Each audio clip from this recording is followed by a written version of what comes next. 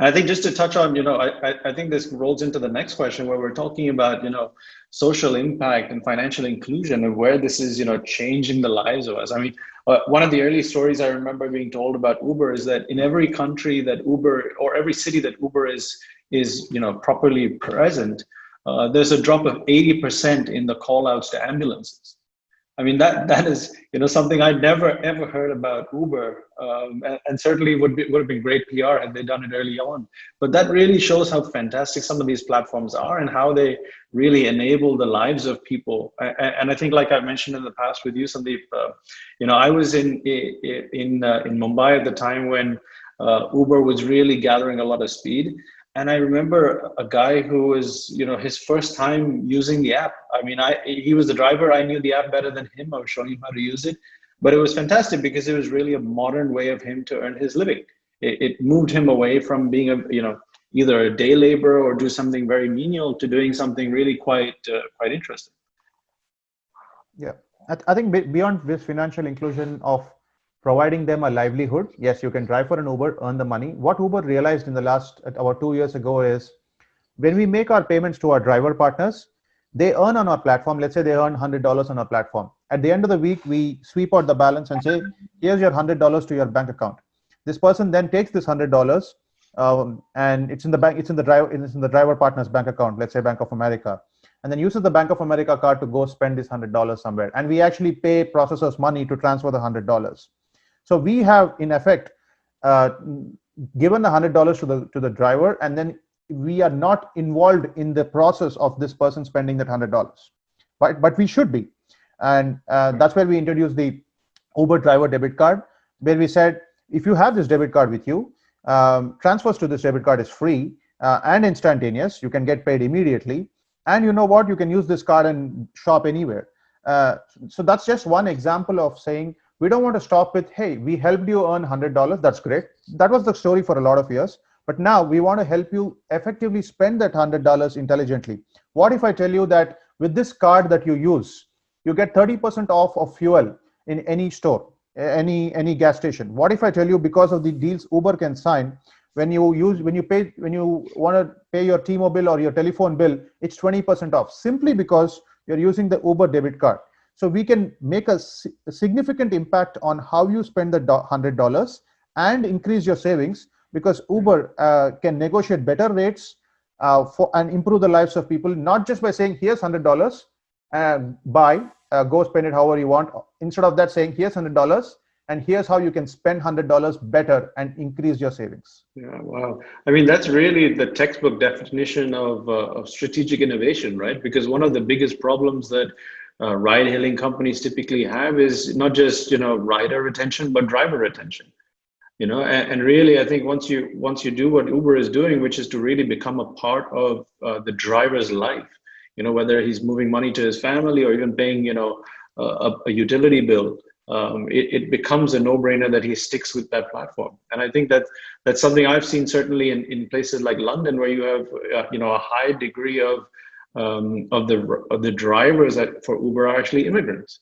They have families back home. How do they actually send money to their families? These are real life problems that these people have. Even though they look like very small value to us, it's significant. $11 transactions. It is in some places in the world, a week's worth of food on the table for a family. Absolutely. Milena, any thoughts? I think you were mentioning something in the past about the leapfrog benefit, really, of these kind of technologies. Right? I think in emerging markets, we've often seen leapfrogging many stages of development.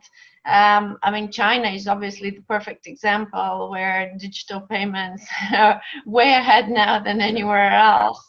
But even smaller examples, maybe in many of the developing countries, you don't need to have any digital card. Physical card.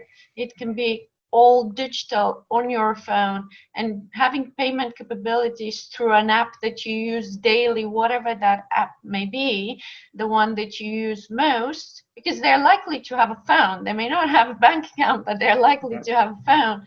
And if within that app that you use daily and regularly, you have payment capabilities in digital form, that can really change your life in so many ways.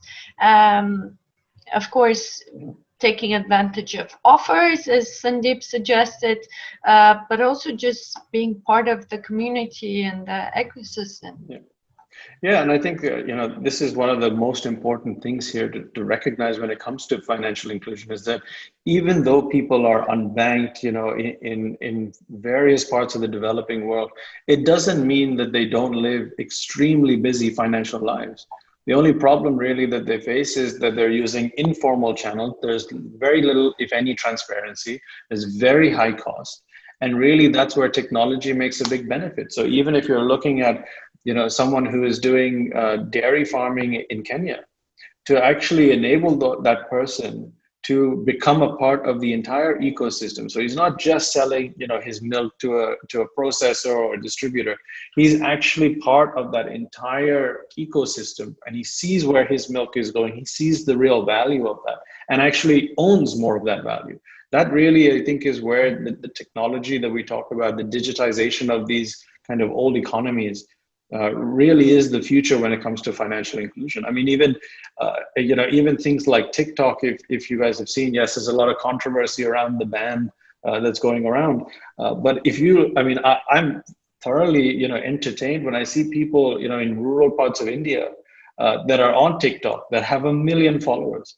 Their lives, are not necessarily as busy or as rich as ours is in, major metros, but it is a completely new environment for them. And now if you're able to add things like financial services to those people, or enable them to, gain small values of transaction based on the content that they're creating, it's a life changer for people. And I think that definitely, yeah. Monetizing digital followers can make a huge difference. It can completely change how people create businesses, how they earn a living. Absolutely. Yeah, I think capitalism 2.0 is kind of upon us, right? Is that you're moving away, even tech companies today that are mostly generating their revenue from advertising.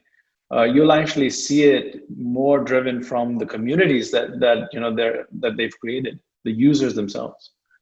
Yeah, absolutely. We have seen this sort of live in LATAM, where the Uber wallet concept and if we had, let's say, solutions like Wallet Engine that had covered everything end to end, companies such as Uber or other companies may not have to do this from the scratch, because the primary focus for us is to providing financial inclusion and focus on our core businesses. It's not necessarily figure out how to build wallet in each of the countries so that there is interoperability and transfer of funds. In LATAM, especially when we spoke in several cities of Brazil, we showed them the concept of Uber Wallet, where you can store funds in the form of Uber Cash. It's a digital cash bucket, and there's a card attached to it. So you can say, I want to drive for Uber. Come on day one, 9 a.m. Sign on 9:30. You're out there. You're driving. 9:35. You finished your first trip. You can see your Uber wallet saying you earned, let's say, $10, and you can park your car at 9:40. Get out, take the card, and then buy yourself a coffee. Yeah. So from 9 a.m. to I'm not on Uber, I don't know how to earn money, to 9:40, you have a store of funds. It's not a bank account, but you have a store of funds, and no one cares whether it's a bank account or not, as long as it's a secure store of funds, and you have a card that you can spend anywhere. You can spend that funds anywhere. That is the power of financial inclusion. And several of us told us this is the first time that they have a digital store of funds and a card to back it, because several of the banks had refused to give them these instruments because they had to put, let's say, I don't know, $1,000 as a minimum balance, right? So that's the true power of Uber. That's the true power of Uber Wallet, and that's the true power of having wallet solutions in merchant apps. That's amazing. Yeah.